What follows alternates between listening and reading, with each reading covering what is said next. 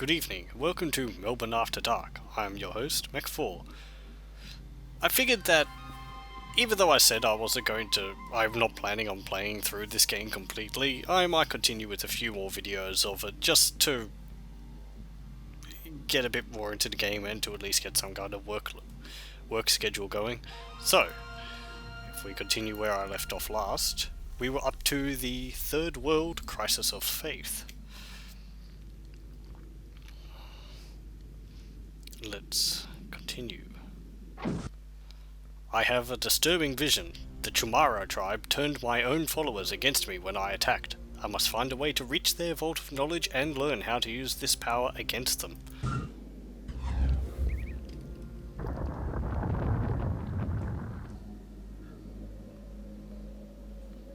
We have a totem pole.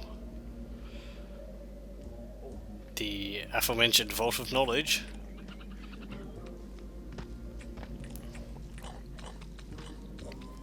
And the Chumara tribe, which we haven't seen yet. We've seen the red team, the green team, and now we have the yellow team. And you can see the Chumara shaman over there. Looks like it's got hair rollers. But, here we go. And we've begun again. Right, well, the usual beginning still counts in this game. We have to build up our village first by getting some more huts to get more villagers. Move the shaman out of the way. Over there. Good. And we can place one here. This is an interesting part of the game where later on it becomes more of an issue in actually placing buildings down, because in some of the later levels you are rather limited in space and you have to make your own land to be able to expand properly.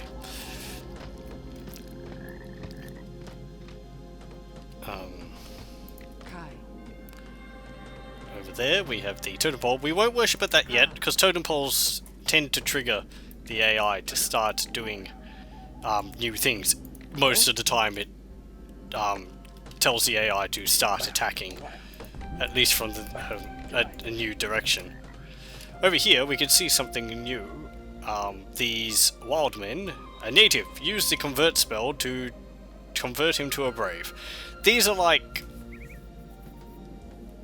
well, I don't think there's a very good analogy in another game for them. They are what they are, really.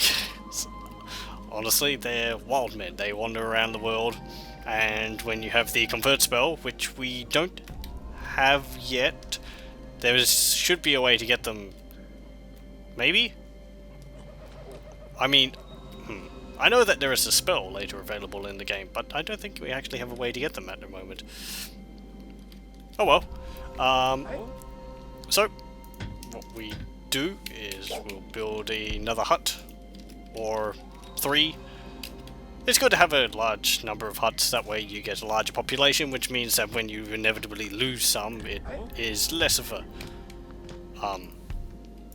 impact on your tribe. As well as, if you remember, the more villagers we have, the more mana we generate. You can see over here our mana bar is slightly down because we're regenerating the swarm spell which we got in the last level. This is what I was talking about in the previous episode, where having low mana doesn't necessarily mean that your spells don't charge. It just means that they charge at a slower rate. Though I am unsure as whether the swarm spell here is charging at a slower rate because the mana bar is not full, or whether the swarm spell would only charge at a slower rate if the mana bar was completely depleted. I've never looked into the mechanics of this game too deeply, so maybe I should at some point. I think we'll place the template down for a warrior hut. We're going to need some of them. If we have a look over here, we can see that the M.AD tribe is starting to build up, and they have this new structure here, the Chumara temple. Chumara.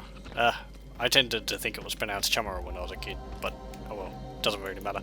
Over here we have Chumara Preacher, which is the new unit in this level. you see, it is a...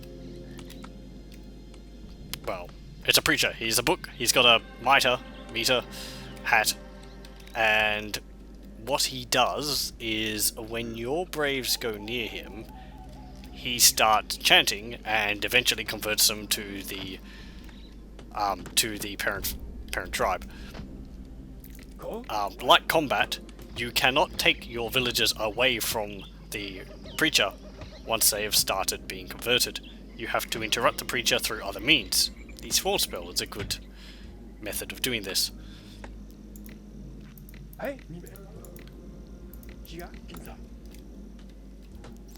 We'll see here, our villagers have already actually started building this automatically. I'd forgotten that they actually build templates automatically. So the AI in this is simple, but it gets the job done. You can leave a village, you can plan out new areas of the village, and your villagers will go around and fill in the gaps later on. While you can place buildings on top of trees, it's generally, I wouldn't really think it's generally a good idea, because the villagers have to cut down the tree to be able to make the building. Which means that the trees, from what I remember, tend to grow in certain areas.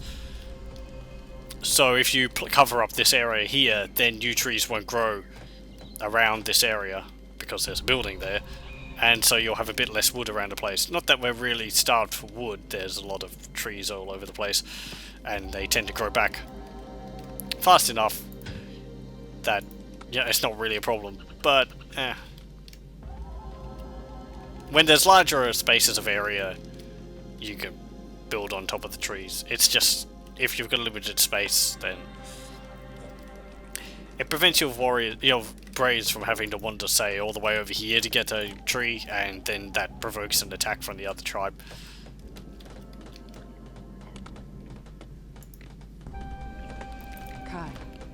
Have they finished that? Yes, they have. We need villagers in this hut. Put a shaman over here. And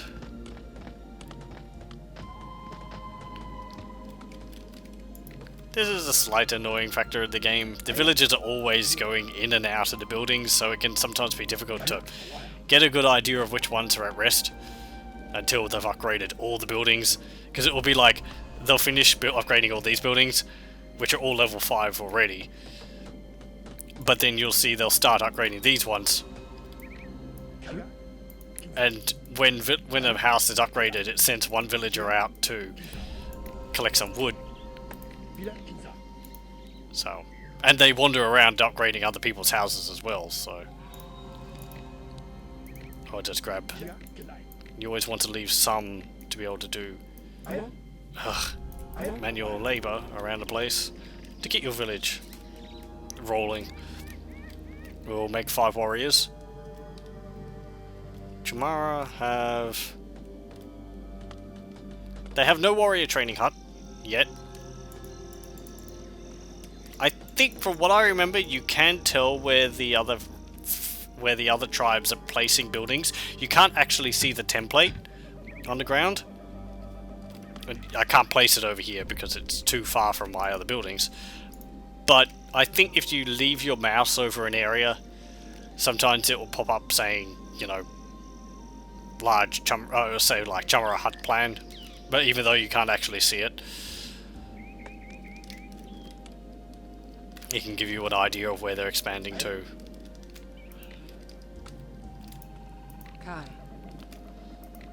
So we'll move our 5 warriors and shaman over to this totem pole. You'll notice the wild men have died off. They are only really available at the beginning of the game. Their purpose is you use the convert spell early in the game and it gives you a fast, quick boost in population. Ooh, looks like actually we've got some aggressors. Well, there are only some braves, so let's teach them a lesson. Having taught them a lesson, we'll go up here to this totem pole and worship at it. Braves really are not a fighting unit. They don't really have any purpose in the game apart from building around the village. You can't really use them in combat in any meaningful way. Numbers, I suppose, but their attacks are so weak. You may as well just use warriors. Anyway, is it here? You have altered the land with the erode spell by worshipping the totem pole. Ah, the erode spell. This is one of the many, well, few. I suppose there's only like. Well, there's a few spells which alter the landscape in the game. That was, of course, one of them, the erode spell, which is very useful for sinking mountains, hills, and also sinking buildings into the water. We'll leave our warriors wandering around here, because only our shaman can worship at the Vault of Knowledge, so we have to protect her. If she gets interrupted, the red bar here will deplete. I think it will go down gradually, but fairly quickly. It doesn't just go straight to 0 and you have to start again, I don't think. But, yeah, well, doesn't take too long. If we have a look over here... The AI in this level is not really told to do anything, so they'll send occasional villagers to attack us, but... Braves to attack us, but... Other than that, they'll just sort of sit there. We could probably take them out without using these guys, but... We want to get it. And we have the... temple for ourselves. So, you've stolen the knowledge of the temple from the enemy. Build one to train preachers who can convert the enemy to your tribe. So, we go back to our base, and over here I think is a spot where we can place it. Yep. I think.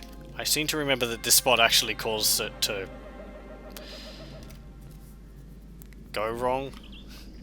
Sometimes when they're stamping out the land, they'll leave a spot which is very high and it will cause the area to become invalid. I'm looking at this bit here. I hope that doesn't happen. Good.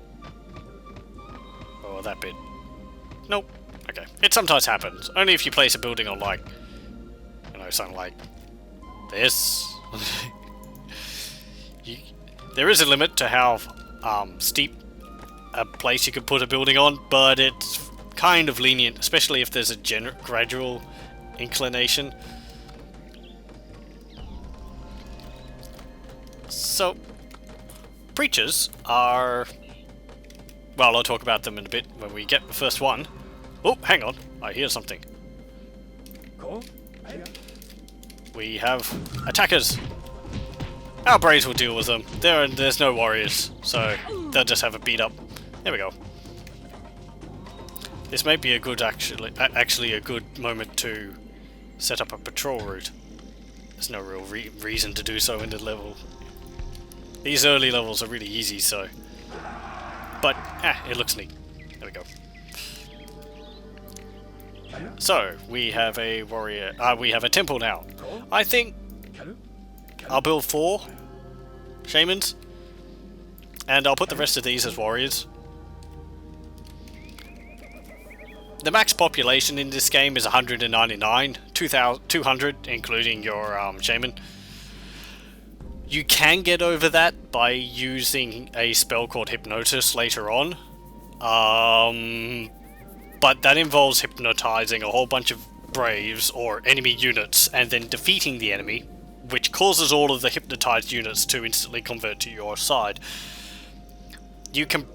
Preachers can convert enemy braves, but if you're at 200 or 199 units, then they will not actually convert anymore. They will just sit around sit around the preachers until there's an opening, and then they'll continue to convert them.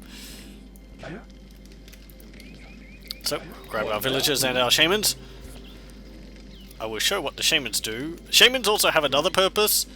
As I mentioned, with the shamans, they...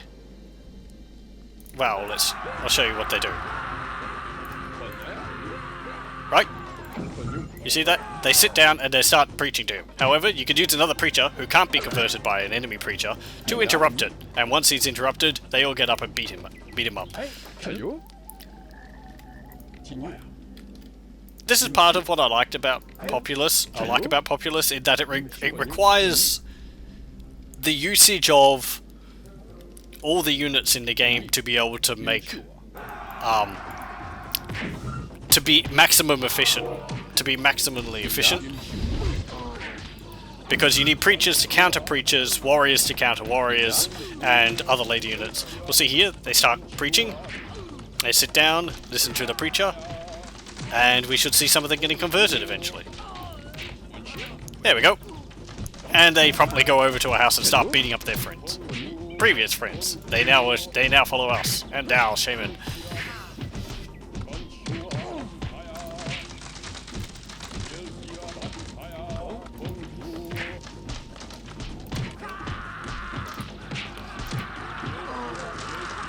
Oh, the enemy shaman's back.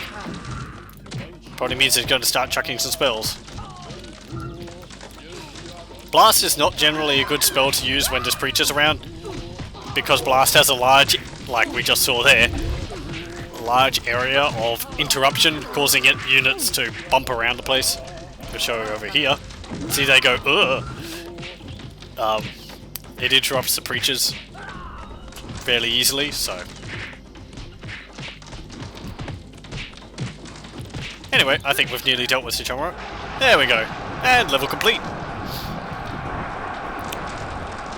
That only took about 30 minutes.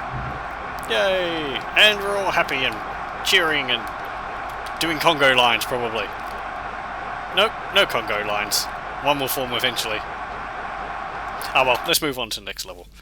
Yeah, only 15 minutes. Yep. So that was level 3 done.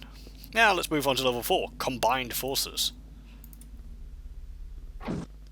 We face a terrible threat. The Matak are massing against us. I need the power of lightning to defeat them, but preachers are guarding their vault of knowledge. We see here the wild men get converted by the initial ring of the shaman, creating her resurrection circle. There was a vault of knowledge holding a new building, a stone head, and I'm debating whether I'm going to cut the flyby because the wild men are dying off while this is happening. But, it's not that big of a thing. I'll just leave it. There's a nice little animation you might have seen there where the shaman before moving, the enemy shaman before moving away from the resurrection circle knelt before it, before moving off. I like that. Little details, as I've mentioned many times before in this game, part of what make it so enjoyable to me. There's nothing over here, so I'll send our shaman over, and I will send a villager up to this stone head, because having played this I know what's inside it, and I want to get it pretty quickly. The enemy can worship at stone heads and get the spells from them in your stead. That only comes into effect from what I remember in one of the later levels. Probably a few of the other ones. I think some of the levels are built around a particular stone head giving a powerful spell. This one gives spells very quickly. Bear with the noise, please. Oh, so much lightning. There we go. And we got, what did we just get? 2 things. We got the convert spell, which is like the initial circle from the shaman appearing, and it does what it says, it converts wild men into braves. And we got a new building, the guard tower, which after I convert some braves I will cover. So generally you want to cover an area with multiple wild men in it. Converting one wild man isn't really worth it, so you want to catch as many as possible within the ring. I don't know whether there is exactly a limit to how many you can convert at one time. I think there is, but there's never really more than 5 in an area. So we'll just grab these ones over here. Anyway, and they'll all move off to the shaman's circle when they've, after a little bit, see, they start heading off. You don't have to micromanage your people that much. So, we got the guard tower. What's the guard tower do? Well, one of the things the guard tower does is it's able to be placed anywhere in the world. Other buildings can't build too far. Your plan is too far from other buildings. Try building a guard tower to start a new settlement. So we'll do just that. I tend to like placing the guard tower in a central position, though they're also useful, as the name might suggest, as a guard tower against the enemy's incursions. So we'll send some villagers over to over to build it. It requires 5 wood and allows 12 villagers to actually build it.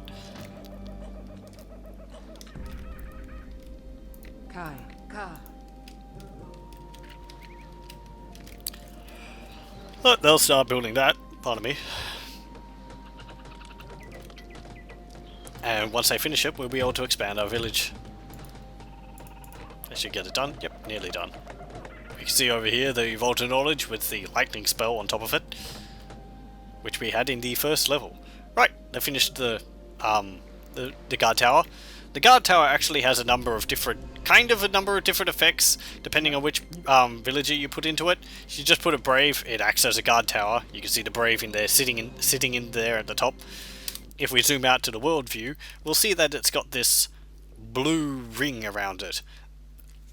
Pardon me. This ring is a detection zone where if any enemy unit comes within this circle, it will alert you by ringing a bell, and it won't draw your people to the area, but at least lets you know that people are attacking. Now we'll build some more houses around here. We'll get this brave out of here because he's more useful building than sitting in there. Another purpose of the guard towers is elevation. When your shaman is inside a guard tower, they are at a higher altitude, which means that the shaman's spells have a larger ring to be able to be cast in. This is actually cumulative with a high mountain. If we placed a guard tower up on top of here, the shaman would have an even further reach for her spells. I think it also affects the guard tower's ring of detection. If you place them on top of a building, they have a greater detection radius. Anyway, so we need to build some more houses because we need more villagers. Come on, you lazy sods. There is the thing is that if your villagers are too far from another house, they don't actually move to aid. So you have to sort of drag people from one village over to another to get them to help.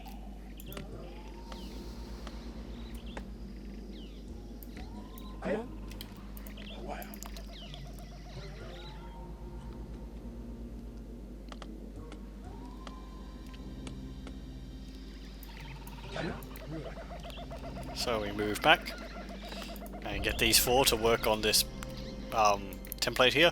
One of the wild men there just died. They are dumb. They wander around eating from trees, drinking from the rivers. You can blast them into the water, maybe. Come on. Yep. Needless cruelty. But oh well, they all die off eventually anyway. The shaman over there has a convert spell.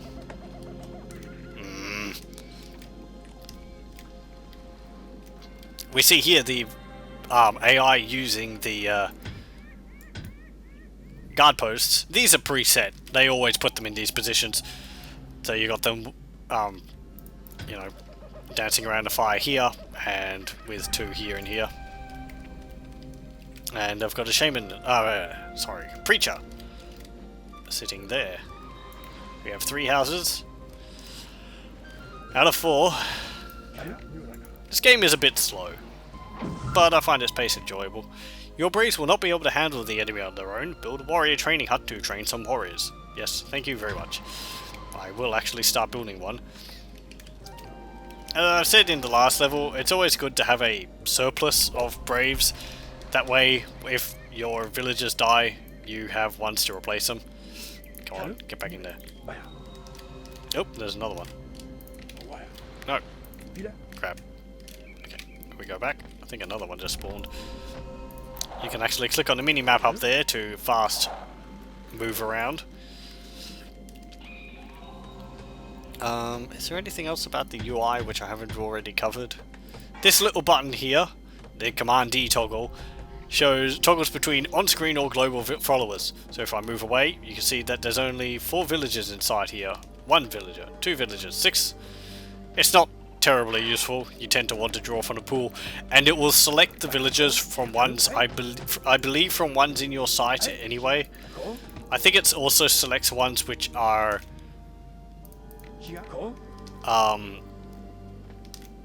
selects from ones which are what's the word? Which are resting. So if I grab those two. But you can do that just from here anyway. Though it can be a bit difficult to tell, because resting can mean just standing out before they actually move into the house. So you might grab away from away from a house and it will only have 2 instead of 3 or whatever. Yeah, see. Hang on. No, there's a person actually gathering wood. So I'll drag these 2. I still need to get a new mouse. Over here. We also want to build a temple because they have preachers, and as you saw in the last level, you need preachers to counter preachers. Oh, here they come. They've got a warband of 3 warriors and 1 preacher. Well, let's meet them with our shaman. Hey you guys! Meet Blast!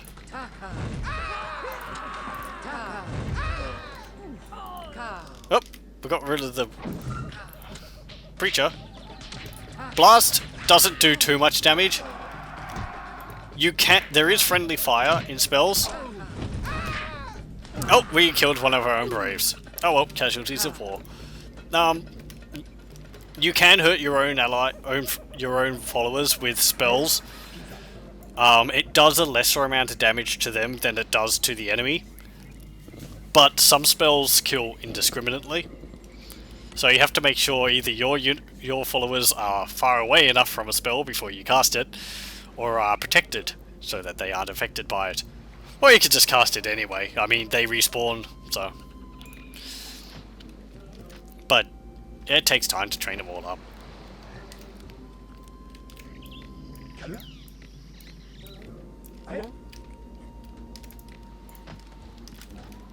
The problems with the blast spell is that it nearly almost has to be a direct hit to be able to get the fiery, what's it called?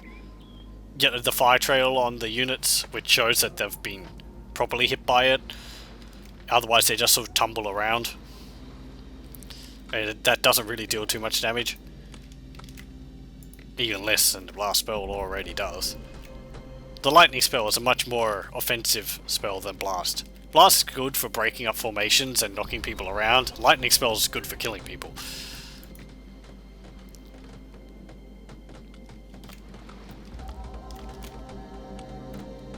We actually have another spell here. Oh, that would be the lightning spell. Right, sorry.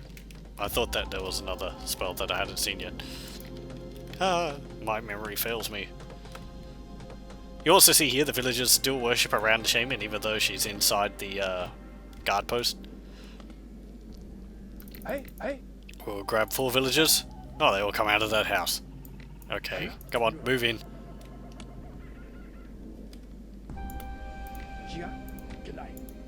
I guess it doesn't select from villagers which aren't doing anything. There's some missing people in there. No, there isn't. It's always good to have the houses filled. And there's some more people down here.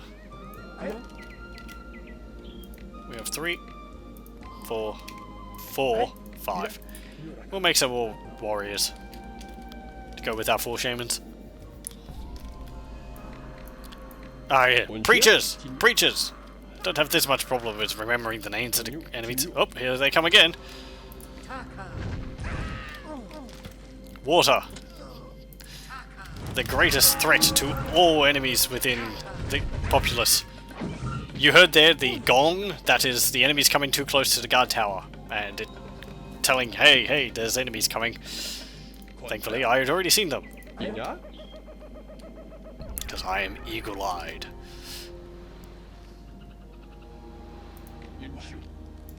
We also see here we got a warning about enemy preaching, and a battle alert.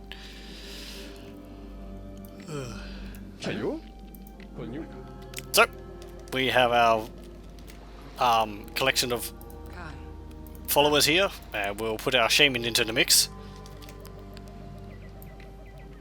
Now, another good way to deal with creatures is the Swarm spell. The Swarm spell does not affect your units. Come on. So it is good for knocking around, for messing up enemies' formations, while leaving your people completely alone. Disrupting preachers, warriors.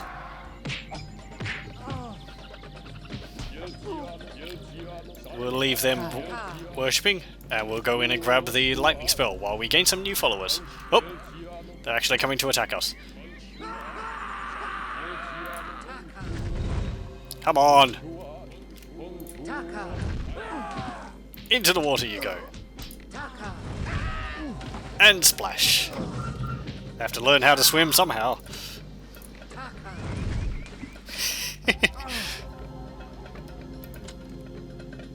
Come on. Go!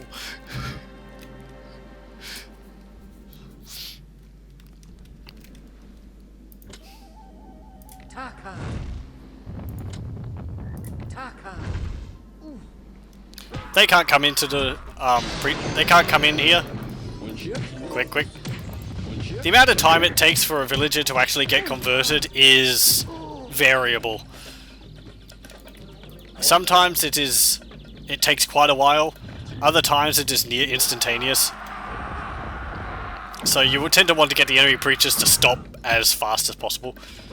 We'll deal with the enemy shaman if they stop wandering around the place. There we go.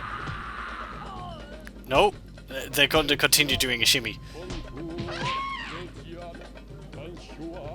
Stop! Thank you very much. Come on! Stop messing around. There we go. Oh no! Protect the shaman! No, wait! Protect the shaman!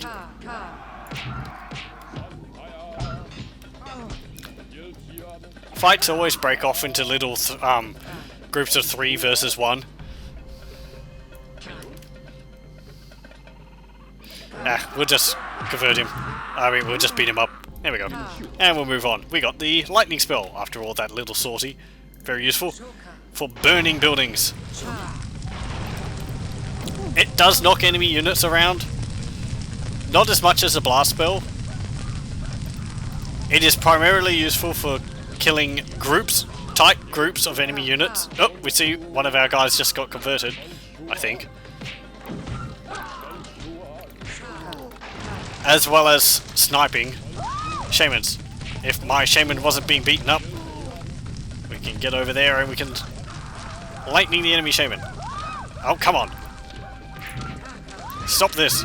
This is an affront. Zap. Lightning is a instant kill spell. Anything hit by it and gets the you know, flaming trail on them are instantly dead. No matter what they are. Shaman, brave, anything in between. Whoop.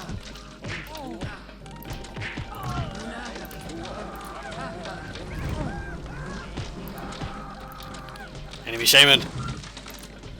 No, don't cast it on the tree. There we go. Braves are stronger than preachers. So he should win that fight. Should. I'll give him some help. I helped! We see here the damaged ground. You've seen it in the previous games, but the damaged ground, you can't build on top of that. You have to wait for it to disappear. And we're finished. Yep, there we go. The enemy is defeated. No, that's another level finished. And we got introduced to some new elements of the game. I think I will call the level done here. We'll just see what the next level is. Level 5, Death from Above.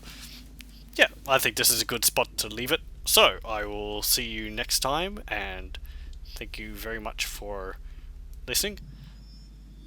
Farewell.